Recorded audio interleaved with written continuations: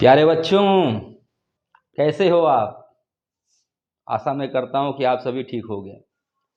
आप सभी का पुनः मेरे YouTube चैनल फिजिक्स ही फिजिक्स पर स्वागत है।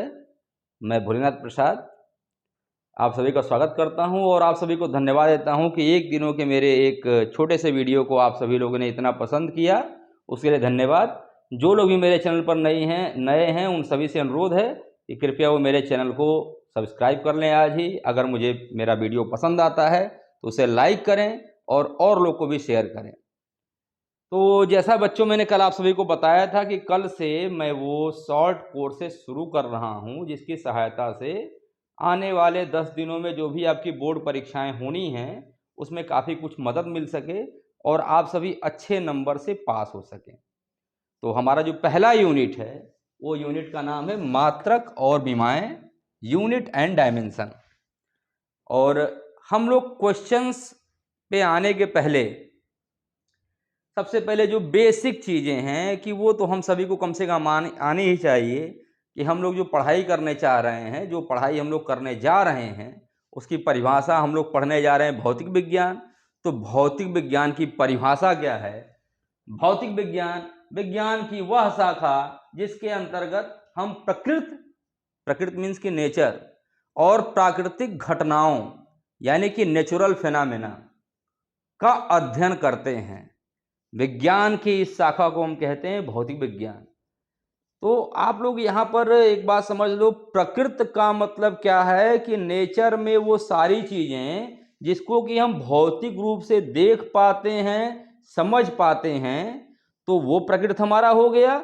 और उस प्रकृति में होने वाले जितने भी घटनाएं हैं, हम पृथ्वी से क्यों चिपके हुए हैं, समुद्र में ज्वार भाटा कैसे आ जा रहा है, पृथ्वी सूर्य की परिक्रमा कर रहा है या चंद्रमा पृथ्वी की परिक्रमा कर रहा है या एक मोटर कार चल रहा है, या जो भी घटनाएं जो कि आप देख पाते हो, सुन पाते हो, तो उन सब का एक हम जब एक स्टडी करते हैं कंबाइंड रूप से तो उसे हम कहते हैं फिजिक्स या भौतिक विज्ञान।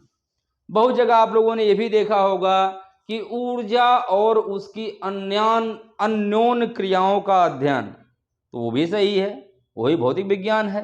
क्योंकि फिजिक्स में हम लोग आइंस्टीन के इक्वेशन को तो भूल ही नहीं सकते हैं कि E बराबर MC स्क्वायर, जो ऊर्जा के लिए उन्होंने फार्मूला दिया था, उसका कितना ज्यादा रोल है, हम उसको भूल नहीं सकते।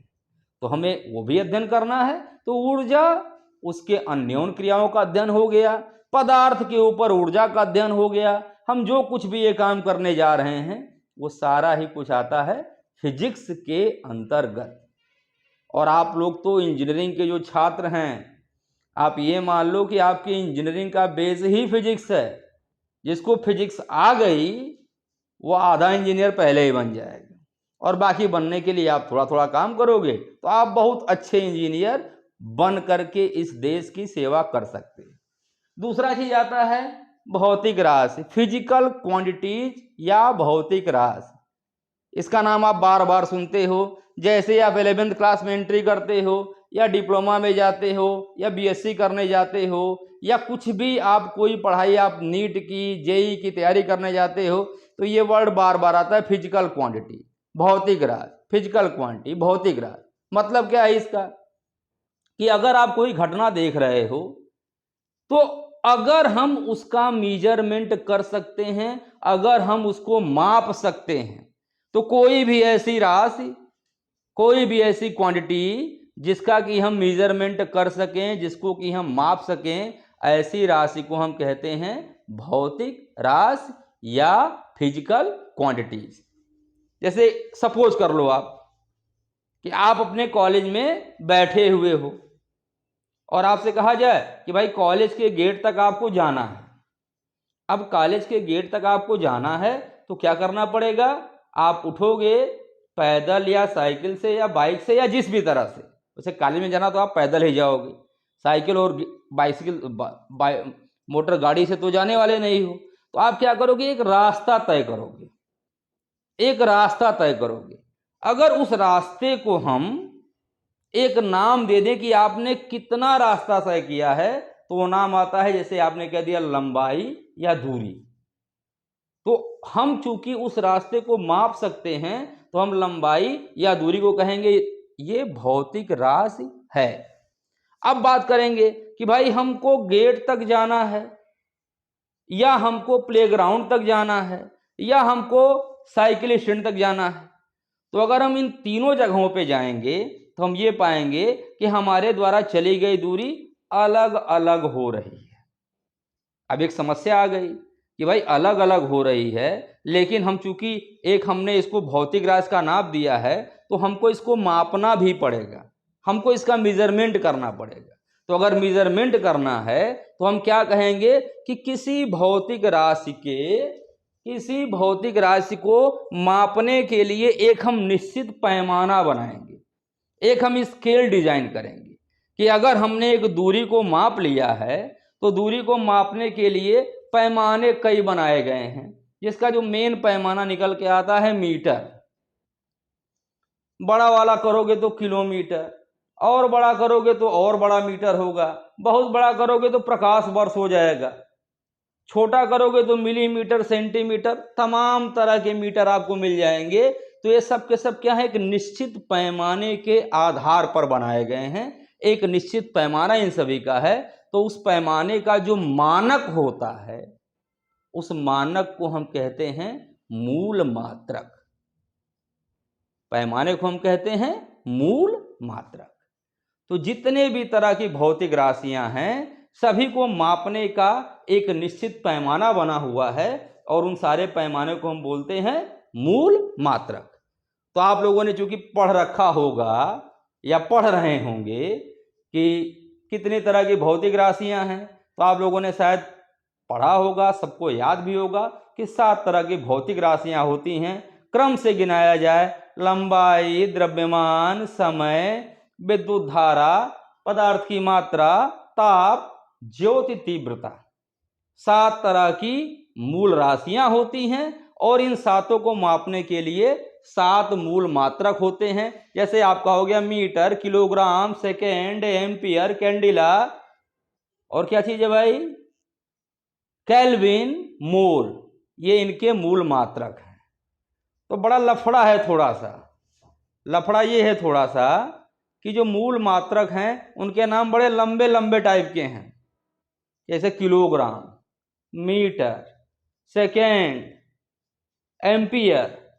तो एक अगर कहानी छोटी सी कर दी गई है कि इन सब को एक छोटे छोटे अल्फाबेट में लिख दिया जाए। जैसे द्रव्यमान का मात्रक क्या है, किलोग्राम। द्रव्यमान को हम क्या बोलते हैं, मास। तो द्रव्यमान को अगर हम दिखा दें एम से और ये बड़े लेटर में लिख दें, बड़े ब्रैकेट के अंदर लिख दें, तो इस चीज को हम बोलते हैं कि ये द्रव्यमान का एक नई चीज और इंट्रोड्यूस हो गई, और वो चीज है बीमा। ये द्रव्यमान का बीमा है। तो एक्चुअली में बीमा में क्या होता है कि जितने भी आपके मूल राशियां हैं और उनके मूल मात्रक हैं, उनके लिए एक सब्स्टिट्यूट, एक इंग्लिश का एक लेटर सिंपल बड़े ब्रैकेट के अंदर लिख दिया जाता है।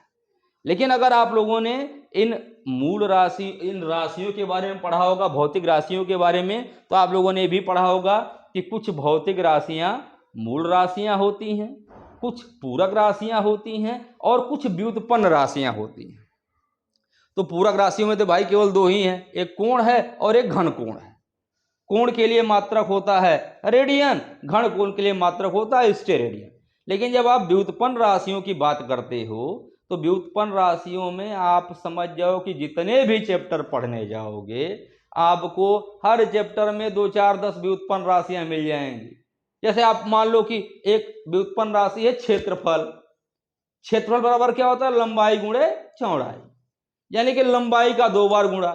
तो लंबाई का जब 2 बार गुणा करोगे तो क्या हो जाएगा, अगर उसको हम बीमा के रूप में लिखेंगे तो लंबाई के लिए बीमा होती है एल, और एल को अगर 2 बार मल्टीप्लाई कर दोगे तो क्या मिलेगा, l⁻²। अगर सिंपल m और सिंपल l भी लिखा हुआ है तो इसका मतलब अपने आप ही लिखा हुआ है m⁻1 या l⁻1। अगर कभी ये एल स्क्वायर हो गया, या मान लो कि m टू दी पावर ये 3 हो गया। तो है क्या कि आपकी मूल मात्रक या मूल राशि तो वही है, लेकिन उसको नापने के लिए इसके ऊपर घातें लगाई जा रही हैं, अलग अलग पावर लगा दिए जा रहे हैं। तो किसी भी मूल राशि को व्यक्त करने के लिए हम जो मूल मात्रक के ऊपर पावर लगाते हैं उसे हम उस भौतिक राशि की विमा या उस फिजिकल क्वांटिटी की डायमेंशन कहते हैं। तो बच्चों ये तो इतना कुछ रहा केवल आपके चैप्टर के इंट्रोडक्शन के बारे में। अभी आपके मन में प्रश्न चल रहा होगा कि सर ने कहा था कि हम बहुत छोटा छोटा वीडियो बताएंगे आपको और आपको एकदम जादू की छड़ी मिलने वाली है और छड़ी पा करके तुरंत सबके सब निकल जाओगे बाहर। लेकिन ये चूंकि इतना बेसिक चीज है तो आपको जानना जरूरी है। हम आपके ही प्रश्नों के उत्तर पर आने वाले हैं। जो आपकी डिमांड थी, कल डिमांड के अनुसार 2 छात्र थे, एक तो अंशु पांडे जी थे और दूसरे तो यूजर UU7 थे। 2 छात्र थे, उन लोगों ने कहा था कि सर प्लीज 1 नंबर और 2 नंबर के क्वेश्चन सॉल्व करा दीजिए। तो 1 नंबर 2 नंबर के क्वेश्चन जो मैं सॉल्व कराने वाला हूं, हो सकता है कि उसमें से सारा क्वेश्चन मिल जाए आपको, क्योंकि आप लोग ये मान के चलो कि 1 नंबर 2 नंबर के लिए डीप स्टडी चाहिए और डीप स्टडी का टाइम तो ज़्यादा है नहीं। तो हम जो कराने वाले हैं आपको, हम क्वेश्चन तो बताएंगे ही बताएंगे कि कौन से क्वेश्चन की आने की प्रोबेबिलिटी ज़्यादा है, आ सकता है पुराने परीक्षा पैटर्न के आधार पर। दूसरी बात, हम आप सभी को जो क्वेश्चन, क्योंकि इस चैप्टर में आप मान के चलो कि न्यूमेरिकल वाला पोर्शन भी है, तो हम कुछ न्यूमेरिकल भी आपको सॉल्व कराएंगे जिससे कि आप अच्छे प्रकार से चैप्टर को तैयार कर पाओ। और चैप्टर का अगर मेरे थोड़े से, आप मान लो कि मैं इस यूनिट का 2 वीडियो डालता हूँ आधे घंटे का और आपने दोनों पढ़ लिया, तो मैं उम्मीद करूँगा और मेरा उम्मीद आप लोग फलीभूत भी करोगे कि आप चैप्टर का कॉन्सेप्ट तो कुछ हद तक क्लियर कर ही लोगे। तो मैं सीधे पहुँचता हूँ, ये कहानी ख़त्म करके मैं सीधे पहुँचता हूँ नेक्स्ट स्टेप पे। हाँ तो बच्चों, आप लोगों ने किताब में ढेर सारे विमाओं के बारे में, मात्रक के बारे में देख रखा होगा। हमने उसमें बहुत इस प्रकार से छटाई की है कि अगर आप इतना पढ़ लेते हो तो समझ जाओ कि हो सकता है इसमें से आ जाए। हम इसके डेरिवेशन पे इसलिए नहीं जा रहे हैं क्योंकि इतना टाइम डेरिवेशन पे है नहीं। सिंपल जान जाओ, गुरुत्वाकर्षण नियतांक, गुरुत्वाकर्षण नियतांक का ये लिखा हुआ है मात्रक न्यूटन मीटर स्क्वायर प्रति किलोग्राम स्क्वायर।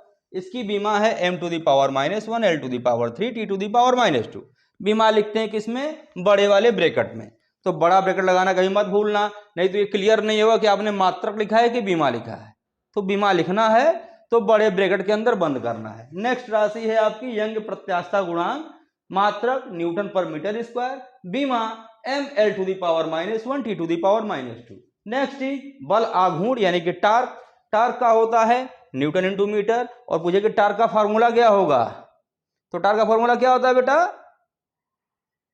दूरी गुणे बल। टार्क क्या होता है? एक ऐसा बल जो किसी भी चीज को किसी अक्ष के परितः घुमा दे, दूरी गुणे बल। तो इसका होता है न्यूटन मीटर मात्रक और इसकी बीमा होती है ml square t power -2।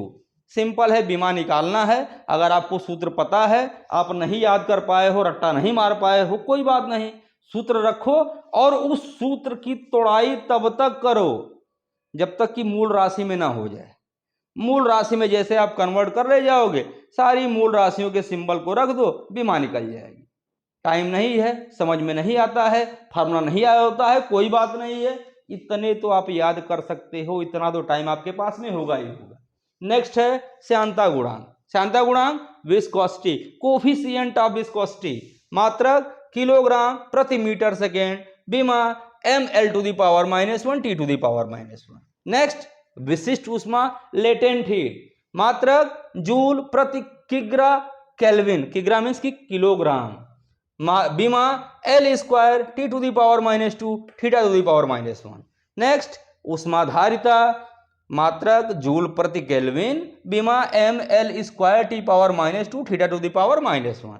Next coefficient of heat conductivity, ऊष्मा चालकता गुणांक, मात्रक जूल प्रति मीटर सेकेंड केल्विन बीमा mL⁻³ theta two the power -1।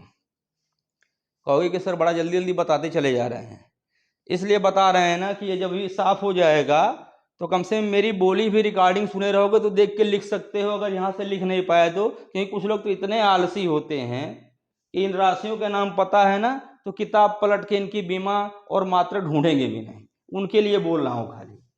Next is Jyoti flux technical question. Jyoti flux technical question. Technical किस लिए? ज्योति फ्लक्स तो आप लोगों ने पढ़ा हुआ है ना कि मूल राशि में है, और आप लोगों ने क्या पढ़ा हुआ है, इसका मात्रक क्या है, ल्यूमेन।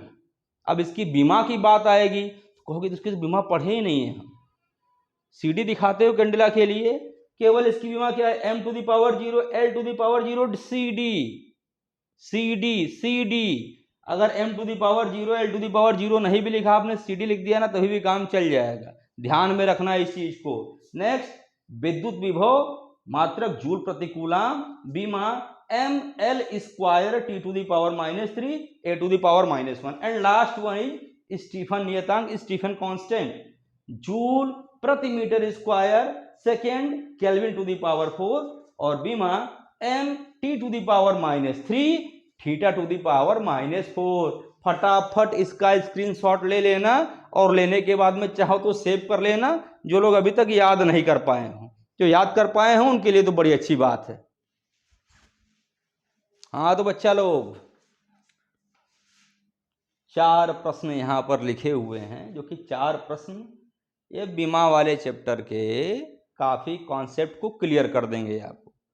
प्रश्न 1 नंबर में आए चाहे 2 नंबर में आए या किसी क्वेश्चन के साथ में एडिशनल आ जाए। देखिए 4 प्रश्न क्या लिखे हैं, मैं 1 बाय 1 सॉल्व करूंगा, टाइम बड़ा कम है। पहला लिखा हुआ है V = U + AT में A की बीमा क्या होगी। ए आपको सबको पता होगा सर, तो समीकरण क्या है ना कि V अंतिम वेग होता है, U प्रारंभिक वेग होता है, A त्वरण होता है और T समय होता है। तो करना क्या कहानी है, त्वरण की बीमा बराबर क्या होती है, LT⁻²। मान लो ये लिख के तुम चले आए, आंसर तो आपका सही है लेकिन स्टेप आपका गलत है।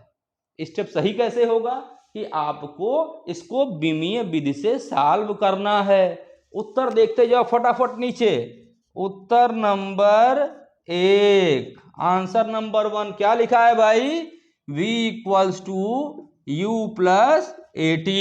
अब हम चलते हैं विमाओं के समांगीयता के सिद्धांत पे, और समांगीयता का सिद्धांत क्या बोलता है कि अगर कोई समीकरण लिखा हुआ है, ये समीकरण लिखा हुआ है तो 2 चीजें यहां पर होंगी। नंबर 1 कि एक तो दोनों पक्षों की बीमाएं बराबर होंगी, इधर की जो बीमा होगी वही बीमा इधर की होगी। यानी कि क्या हुआ कि जो बीमा V की होगी वही बीमा U की भी होगी और वही वाली बीमा A⁻T की भी होगी।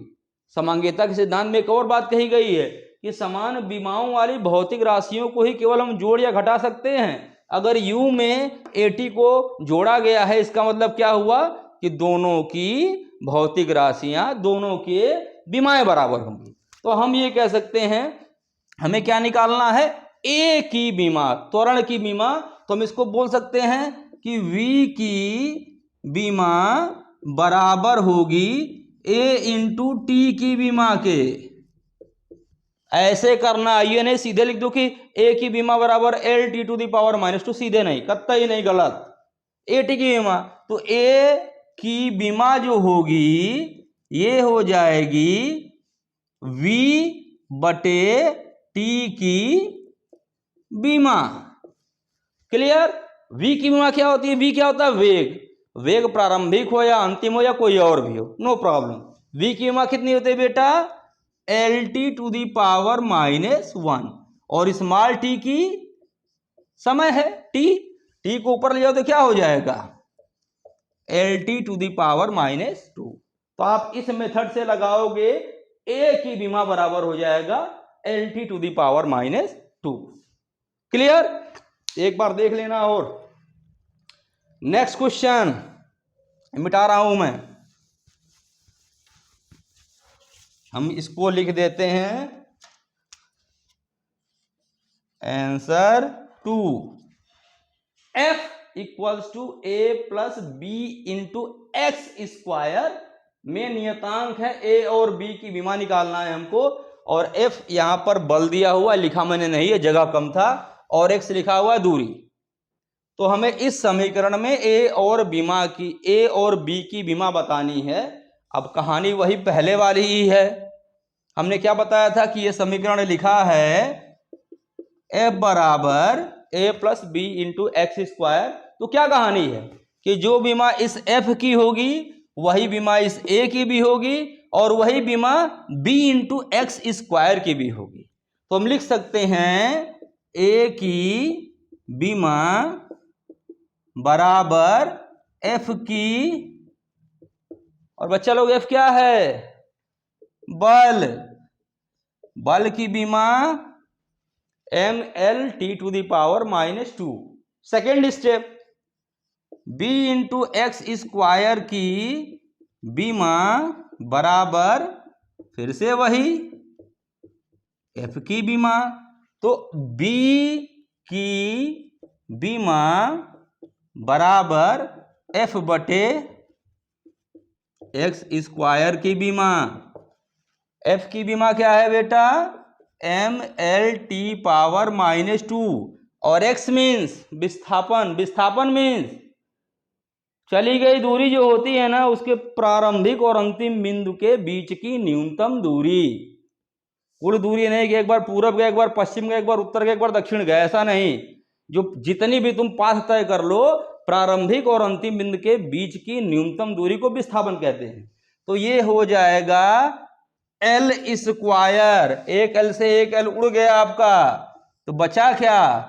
mL/(T⁻²), T⁻²। सिंपल गणित है यार। क्या हुआ कहानी?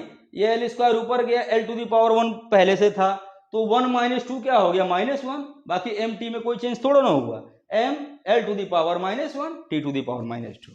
कहानी खत्म। तो दोनों क्वेश्चन से हमने क्या सीखा? क्या सीखा? ये जो विमाओं के समांगीयता का सिद्धांत है वो भी सीख लिया कि अगर कोई समीकरण जोड़ा गया घटाया गया तो उनकी विमाएं समान होगी। भाई गुणा और भाग करोगे तो विमाओं के लिए कंडीशन नहीं है, गुणा भाग में चेंज होगा, लेकिन LHS और RHS का बराबर होगा। ठीक। Next question, question number 3।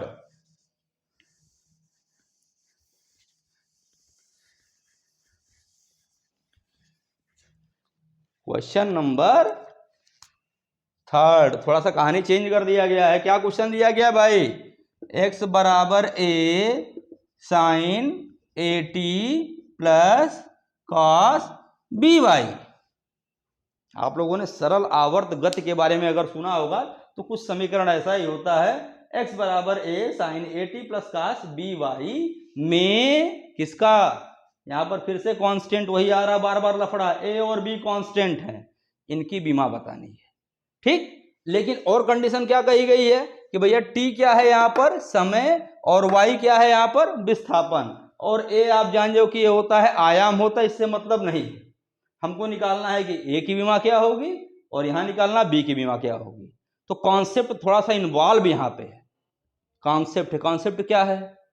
फटाफट सोचो। ये साइन के बाद ट्रिग्नोमेट्री आप लोगों ने पढ़ा हुआ है ना बेटा? Sine theta, cos theta, tan theta and so on. तो यहां पर साइन के बाद जो कुछ भी लिखा होता है ये होता है कोण। कोण मतलब विमाहीन राशि। समझ गए ना? कोण बराबर क्या होता है? चाप बटे त्रिज्या। चाप भी लंबाई, त्रिज्या भी लंबाई, दोनों त्रिज्या गायब हो गए, क्या बन गया? कोण बन गया है। तो कोण एक विमाहीन राशि है। साइन के बाद जो भी लिखा है ये भी कोण है, और कास के बाद में जो भी लिखा है ये भी कोण है। तो आप इसको ऐसे कर सकते हो कि AT की बीमा बराबर आप लिख सकते हो कोण की बीमा। और कोण की बीमा बीमाहीन। बीमा क्या है? लगाई गई घात। और बीमाहीन मतलब कि लगाई गई घात हो गई 0। m⁻0, L⁻0, T⁻0। क्लियर? ये किसकी बीमा थी भाई? AT की। तो अगर यहीं पे लिखते A की बीमा तो बराबर क्या हो जाता? बटा T की बीमा। T की बीमा मतलब क्या हो गया? Capital T। तो आप क्या लिखोगे? m⁻0, L to the power 0 T to the power 0 बटा capital T। Clear? Capital T ऊपर गया, कहानी बन गई m to the power 0 L to the power 0 T to the power -1। Simple. हमने क्या निकाल दिया? एक ही बीमा। कोण वाला कॉन्सेप्ट भी इन्वॉल्व हुआ, क्वेश्चन सॉल्व हो गया। अब यही कह रहा है कि बी वाई में ये काश बी वाई से बी की बीमा निकाल दो। ये तो आप लोगों ने हो सकता है कि लिख लिया होगा, चाहे लिख डालोगे बाद में भी, मैं मिटा रहा हूं फटाफट।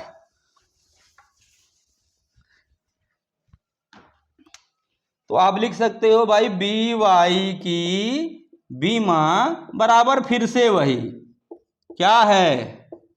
कोण, सब 0 0। तो बी की बीमा की अगर बात करोगे तो क्या होगा? बटे किसकी बीमा? वाई की बीमा। वाई इधर जाएगा ना, यहां से वाई भगेगा तो इसके नीचे पहुंच जाएगा। और वाई क्या है? विस्थापन। विस्थापन मीन्स की दूरी बटा एल। सॉल्व करो। m to the power 0 L to the power -1 और T टू दी पावर 0। फटाफट क्वेश्चन सॉल्व हो रहा है। उम्मीद है कि आपको समझ में भी आ रहा होगा। इन सब कॉन्सेप्ट के बाद जानते हो क्या होगा ना कि फटाफट फटाफट कोई प्रॉब्लम मिलेगी आप सॉल्व करते चले जाओगे। आते हैं हम नेक्स्ट क्वेश्चन पे। और नेक्स्ट क्वेश्चन क्या कह रहा है भाई? मिटा रहा हूं मैं स्क्रीनशॉट और छापना अपना शुरू कर लेना बाद में। Answer number 4। आंसर नंबर 4 में इक्वेशन जो दिख रहा है ना, P प्लस ए बटा v square v minus p बराबर आर टी, वांडरवाल भगवान का समीकरण है। उन्होंने खेल क्या किया था कि जो p b equals to R T है, गैस इक्वेशन है, वहां पे करेक्शन करके ये कॉन्सेप्ट लगा दिया था कि P प्लस ए बटा v square v minus p बराबर आर टी होगा, यहाँ पर ए और बी कांस्टेंट है। कांस्टेंट की वैल्यू कैसी है तो उससे मतलब आपको नहीं है, हमें सिंपल ए और बी की बीमा को निकालना है।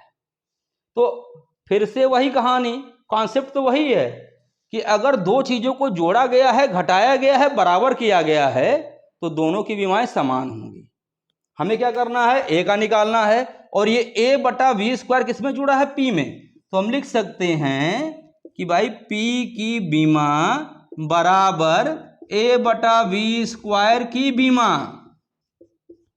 तो यहां से हो जाएगा ए की बीमा बराबर पी इंटू वी स्क्वायर की। अब इतना क्वेश्चन देख गए ना, फटाफट कर सकते हो। P मीन्स की प्रेशर, प्रेशर मीन्स की बल बटा क्षेत्रफल, और बल बटा क्षेत्रफल मीन्स की m l square t to the power -2 और बटा l square, m l t to the power -2 बटा एल स्क्वायर। सॉल्व करते हो तो P का मिलता है m l to the power -1 t to the power -2 और V क्या है बेटा? वॉल्यूम। वॉल्यूम मीन्स की लंबाई गुणे चौड़ाई गुणे ऊंचाई, यानी कि L टू दी पावर 3 और होल पावर 2। कहानी खत्म। सॉल्व कर लो।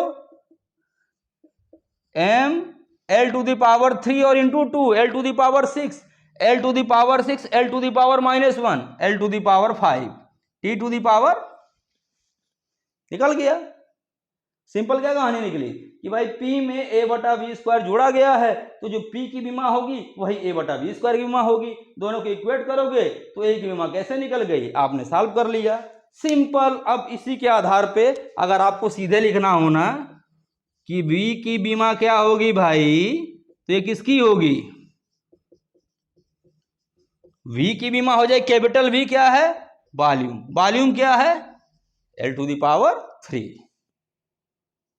तो मुझे लगता है कि ये जो 4 प्रश्न मैंने आपको अभी बताए हैं, ये चारों प्रश्न के हिसाब से आप लोग काफी कुछ सॉल्व कर सकते हो। तो बच्चा लोग अब देखो, ये 4 प्रश्न और लिखे हुए हैं जो कि बीमा वाले चैप्टर से हैं। अभी हम लोग बीमा वाला चैप्टर खत्म करने जा रहे हैं, विद इन 5 मिनट्स खत्म होने वाला है। जिसने भी अभी तक चैनल सब्सक्राइब नहीं किया है ना, प्लीज कर लो।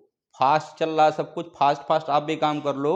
अच्छा लगे तो लाइक कर देना, और अगर और अच्छा लगे तो दूसरे को शेयर भी कर देना यार, और लोग भी लाभान्वित हो सके। देखो ये भी, इनकी भी प्रोबेबिलिटी थोड़ी सी है। तारत्व का मात्रक क्या है भाई? तारत्व की कहानी तो आप पढ़ोगे सेकेंड सेमेस्टर में, ध्वनि वाले चैप्टर में, लेकिन मात्रक तो आपको जानना पड़ेगा। तारत्व का मात्रक डेसिबल है, याद कर लो। दूसरा क्वेश्चन है, ऐसी भौतिक राशि जिसका मात्रक है पर बीमा नहीं। मात्रक तो है और बीमा नहीं। बीमा कब नहीं होती है? जब ऊपर वाले सारी चीजें नीचे वाली चीजों के बराबर हो जाएं। तो आप लोगों ने नाम अभी मैंने थोड़ी देर पहले बताया था, कोण। कोण क्या है? चाप बटे त्रिज्या, यानी कि ऊपर भी लंबाई नीचे भी लंबाई। तो L बटा L बचेगा क्या? L to the power 0। तो कोण एक ऐसी राशि है कि मात्रक तो उसका रेडियन है, ठीक, मात्रक क्या है? रेडियन, लेकिन उसकी बीमा है 0। नहीं का मतलब क्या होता है? घात 0 है का मतलब घात 1 होगा, 2 होगा, 3 होगा, एंड सो ऑन हो सकता है। हाँ, ट्रिकी क्वेश्चन एक और है, 1000 कैलोरी में कितने जूल होंगे? अब देखा क्वेश्चन, दिमाग टाइट, ये क्या, हमने तो भाई 1 कैलोरी पढ़ा हुआ था, 1000 कैलोरी तो हमने पढ़ा ही नहीं था। अरे तो भाई तो सिंपल है ना, 1000 कैलोरी पूछा कि कुछ हवा नहीं आ गया है भाई। 1 कैलोरी बराबर 4 पॉइंट कितना होता है बेटा? कौन बताएगा? कोई नहीं बताएगा, क्योंकि अकेले ही मैं पढ़ाने वाला हूं, तो बताने वाला तो कोई है ही नहीं। 4.184 जूल। अकेले क्वेश्चन पूछना, अकेले उत्तर देना है, आप समझ जाओ तो बड़ी अच्छी बात है। 1 कैलोरी बराबर 4.184 जूल। तो भाई 1000 क्या कर लो, कितना? 4184। पॉइंट बीच का क्या हो गया? गायब। तो घुमा के अगर क्वेश्चन पूछा जाए, मुझे पूछना हो तो मैं पूछूं ना कि 2500 कैलोरी में कितने जूल होंगे। ये सिंपल था कि 1000 कैलोरी में कितने जूल होंगे, तो तुरंत आपने मल्टीप्लाई किया, इसका आंसर दे दिया आपने। अब हम चलते हैं अपने यहां पर लास्ट क्वेश्चन की तरफ। थोड़ा सा लास्ट क्वेश्चन आपको दिखने में लग रहा अच्छा खासा चौड़ा। v बराबर अंडर रूट, मैंने पूरा क्वेश्चन नहीं लिखा है क्योंकि लिखने में टाइम काफी लगता। v equals to under root 2 pi capital T बटा रो इंटू लैम्डा। और जहां पे सारे टर्म दिए हुए हैं कि v पानी के बुलबुले की चाल है, t पृष्ठ तनाव है, रो घनत्व है और लैम्डा तरंग दैर्घ्य है। और हमको बीमाओं की अनुप्रयोग लगा करके चेक करना है कि क्या ये समीकरण बीमीय रूप से सही है कि सही नहीं है। तो आप लोगों ने पढ़ा भी होगा भाई, अगर समीकरण को चेक करना है तो सिंपल कॉन्सेप्ट है इसका कि हम चेक करते हैं कि LHS की बीमा कितनी है। अगर LHS की बीमा RHS की बीमा के बराबर हो जाता है तो हम कहते हैं कि हमारा समीकरण बीमीय रूप से सही है। नहीं हुआ, समीकरण बीमीय रूप से सही नहीं है। तो LHS में क्या है भाई? v है। v क्या है? बेग। बेग की बीमा क्या होती है? LT power -1। एक कहानी खत्म। अब हम निकाल लेंगे यहीं पे RHS की बीमा। और RHS क्या है बेटा? 2 पाई कैपिटल T बटा रो लैम्डा की, ये तो सबको पता है ना कि अंडर रूट का मतलब क्या होता है? पावर 1/2। और बीमाओं के बारे में आपने ये भी पढ़ा हुआ है,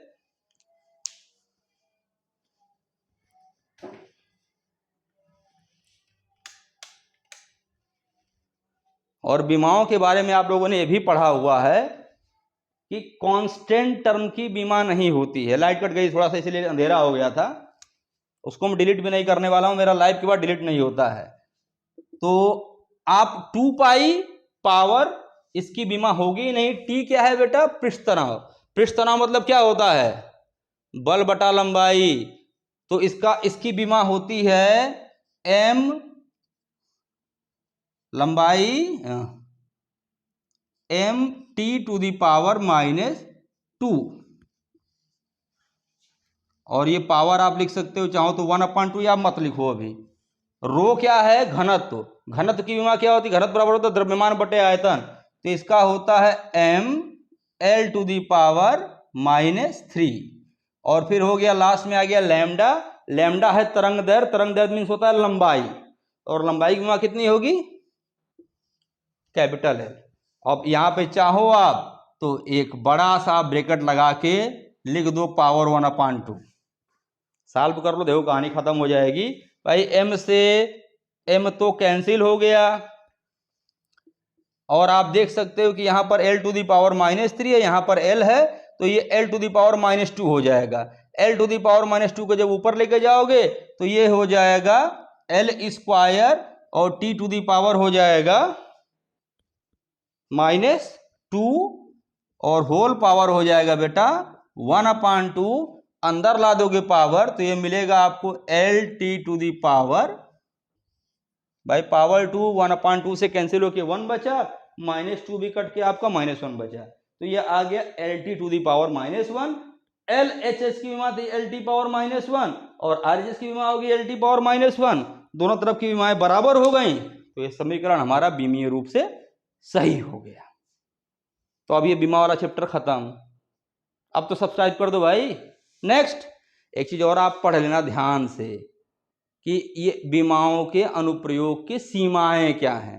4 लाइन मिलेगा, उन सीमाओं को जरा किताब से पढ़ लेना, ना पढ़ पाओ तो आप ये जान जाओ सिंपल सी बात है कि हम उन्हीं राशियों को जोड़ या घटा सकते हैं जिनकी बीमाएं बराबर होती हैं। हम किसी कांस्टेंट का, किसी ट्रिग्नोमेट्रिक फंक्शन का, किसी लॉग का, एंटी लॉग का बीमा हम बता ही नहीं सकते, वहां बीमाएं फेल हो जाती हैं। ठीक है, हम जब भौतिक राशियों के बीच में संबंध को स्थापित करते हैं तो हम अगर कोई भौतिक राशि 3 राशि या उससे कम राशि पे डिपेंड होता है ना, तो संबंध स्थापित कर लेते हैं। अगर 3 से फंडा बढ़ गया तो संबंध को स्थापित हम नहीं कर पाएंगे। तो सीमा के बारे में 2 नंबर का प्रश्न कभी कभी आ जाता है, आप एक बार वो भी देख लेना। और आपका यहीं पर ये बीमा और मात्रक वाला पोर्शन खत्म होता है। नेक्स्ट वीडियो में हम मिलेंगे और उसमें हम लोग बात करेंगे एरर्स इन मेजरमेंट की, यानी कि मापन में त्रुटियां। तो प्लीज अच्छा लगे तो पढ़िएगा जरूर और लोग को शेयर भी कीजिएगा। Thank you very much.